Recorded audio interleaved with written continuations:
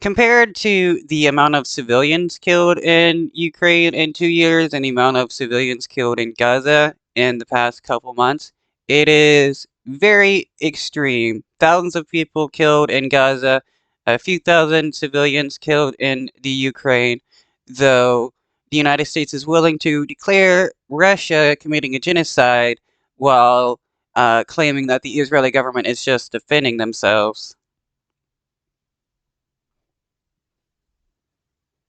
Foreign policy disaster.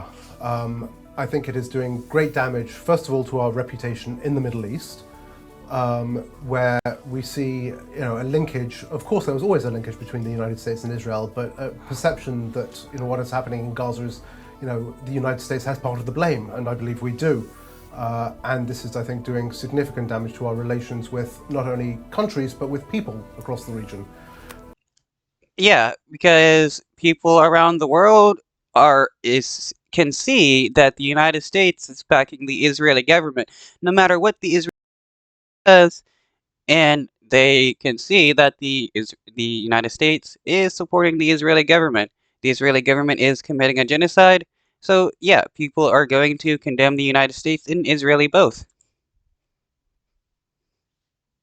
I think more broadly, when you look at the hypocrisy, frankly, of how we approach Israel and Gaza versus how we approach Russia and Ukraine, in terms of the true human rights abuses carried out by Russian forces, bombings of hospitals, bombings of the power grid, attacks on civilian targets, versus, of course, what has happened in Gaza, where the New York Times reported that more children have been killed in 6 weeks than in Ukraine in 2 years.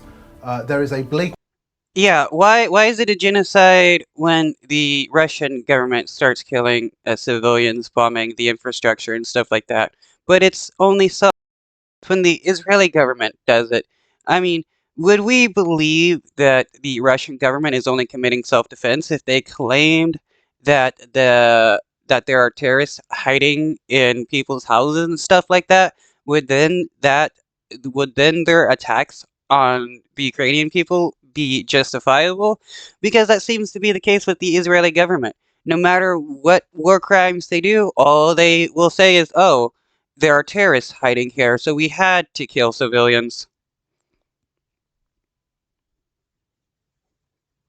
Level of a double standard. And what this has led to, I think it's been clear, is an unwillingness of the global South to stand with us increasingly on Ukraine, to say, why should we vote with you against Russia in the United Nations when your hypocrisy is so blatant, when you are not standing up for the Palestinians? Yeah, why should any other nation support the United States in anything that they do when they will obviously break international law? People that are committing a genocide against others while pretending to be the nation that stands up for human rights. And I think even beyond that, it also does damage just simply to this notion of American values. And I really do believe in American values, in democratic values. I think we undermine the argument we are trying to make on the global stage against our adversaries when we are. I mean, does the United States truly believe in democratic values? Because it doesn't seem like it. Because when the UN votes on something, the United States like to be a dictator and veto anything against the Israeli government.